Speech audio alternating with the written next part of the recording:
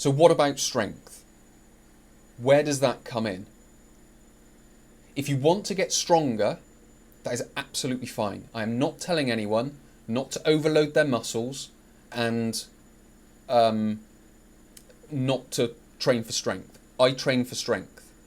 That's pretty much all I do. When it comes to working in the training in the gym, I pretty much just go up to 6 reps. I will do 6 reps and lower. So I just work at strength. That's all I do.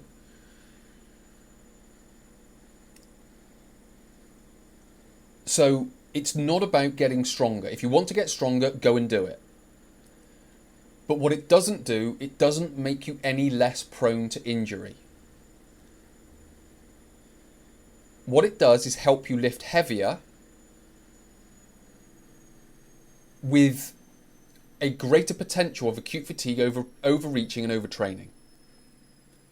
As I mentioned in my comment, the solution is proper training, which is proper exercise and proper recovery. So you don't overreach and you don't overtrain. Because most injury comes about through fatigue, tissue fatigue. And you can learn about tissue fatigue and micro traumas and micro injuries. So if you go to Achilles tendon ruptures, so what most people think is that an Achilles tendon rupture is one moment and the whole Achilles tendon ruptures somehow. Now, if you watch how most Achilles tendon ruptures, it's in very normal activities. So it may be someone jumping and landing. Now, they've jumped and landed many times before. But what's been found, and again, you can look this up, what's been found in Achilles tendon ruptures are micro traumas. So it's a fatiguing of the tissue, and then what happens is the straw breaks the camel's back. You do one jump and land that you've done many times before and your Achilles tendon ruptures. So it wasn't that one moment, and it wasn't that the Achilles tendon was weak that was the problem. The problem was that there were too many micro traumas that hadn't been healed because the person had been overreaching specifically in their Achilles tendon. And this is key to understand because that's basically the mechanism that's happening in the low back with a disc bulge and a disc herniation. It's not the one moment where you pick the pen up from the floor. It was the many moments where you were sat in your car, where you were sat at your desk, where you were lifting heavy weights incorrectly. So it's all these things that add up. It's when you went over, picked up a saucepan out of the bottom cupboard. They're all adding little bits of fatigue into the system. And then eventually what happens is things fatigue. Now, if you've got a stronger back, you may get some, it may delay the effect, but again, it doesn't prevent anything. It may well minimize some risk. So in your rehabilitation, if you sort the Golgi tendon organs out and you bring them back into balance, you will regain what you had previously. If you are able to sort out what I describe as small movement errors, and again, you can read this in Movement by Gray Cook and Low Back Disorder by Dr. McGill. You can also read it in Kelly Starrett's book, Supple Leopard. You can also read about it in this book here, which is I think it's called The Biomechanics of Sport, if I'm not mistaken. I'd have to quickly look at it. But you can read about this in those books. So it's not like I'm just making this up. So with regards to how injuries occur, it's through small movement errors in combination with training incorrectly and too much without proper recovery. So we get all of that and you put it all together. That is the ingredients, like the ingredients to any type of cake, biscuit, meal, whatever it may be. It's not any one thing. It's an ingredient of many things. And this is important to understand. This is why certainly in rehab, when you're strengthening your lower back, it's not really doing anything. What's important is to get the tissues back into balance, which may require a bit of strength, but a bit of massage, a bit of stretching, a bit of loading, a bit of stability training, stabilizing the spine, but it also needs to be done in a certain order as well, which is why I describe it as proper training. It's not training, it's proper training.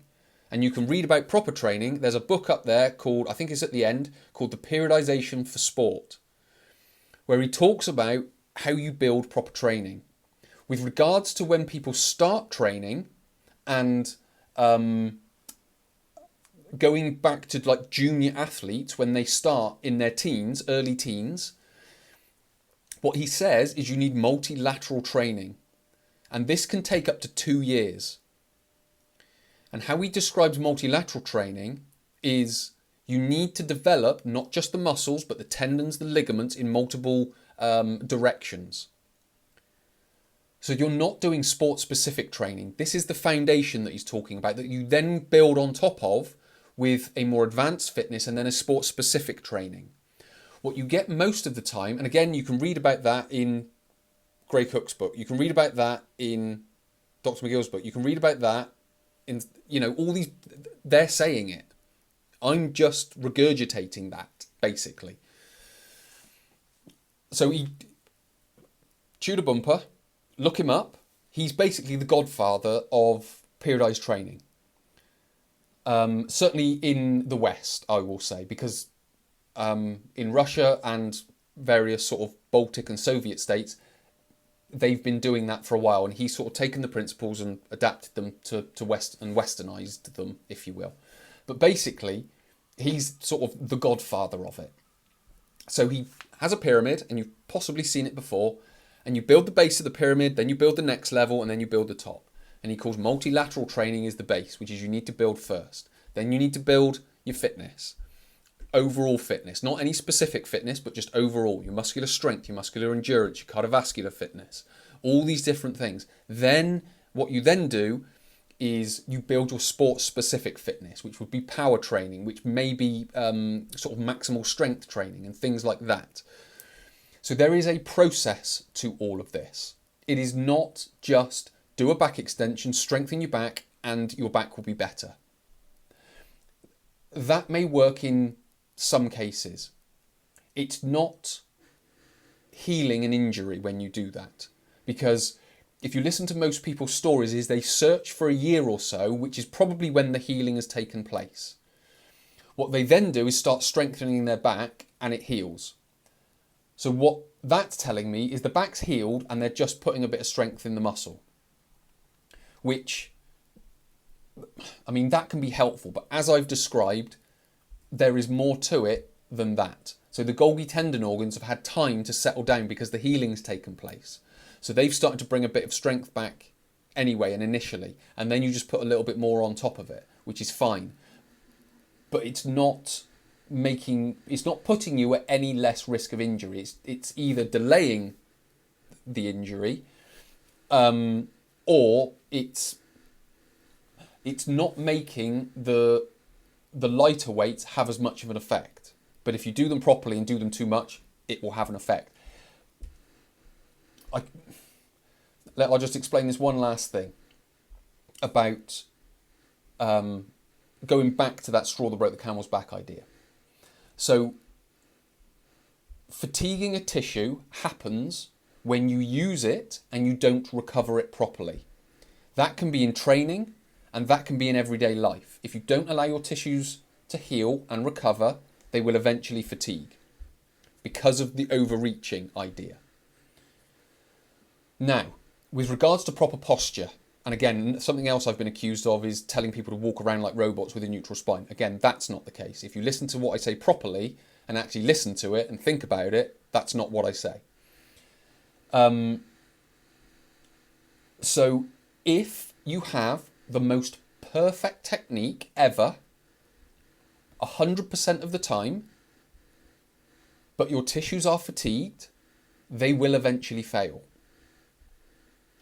Because All the poor fatigue does, it just speeds up the process. The proper fatigue just delays it slightly, depending on the intensity and the duration and the frequency of the training and the recovery that happens after. So it makes how injuries come about seem more complicated. But this is how non-specific low back pain happens. Because what the industry has done is said, well, it's not this one cause, well, therefore it's non-specific. It's not non-specific. There are many complex factors involved. If you bother to look at what those complex factors could be and try to test and measure them, then you will eventually find out what the factors are that's causing the problem. It's just at the moment the industry is going, well, it's not this one thing that I've tested, well, therefore it's non-specific. And then that's about as far as the conversation goes. So as an industry, we need to be more thorough with an assessment. We need to test strength, we need to test endurance, we need to test stability, we need to test different postures. If we test all of those different things, we start to find out, oh, well, maybe there is some deficiencies in the system and it can be sorted out. So yes, I could go on. If you have any questions about anything that I've said, please do stick them down in the comment section below. I'm happy for you to tell me how much I don't know, because if I choose to question you enough on your comment, it will probably turn out that I know what I'm talking about, and possibly the person commenting and tell me how much I don't know doesn't really understand what they're saying.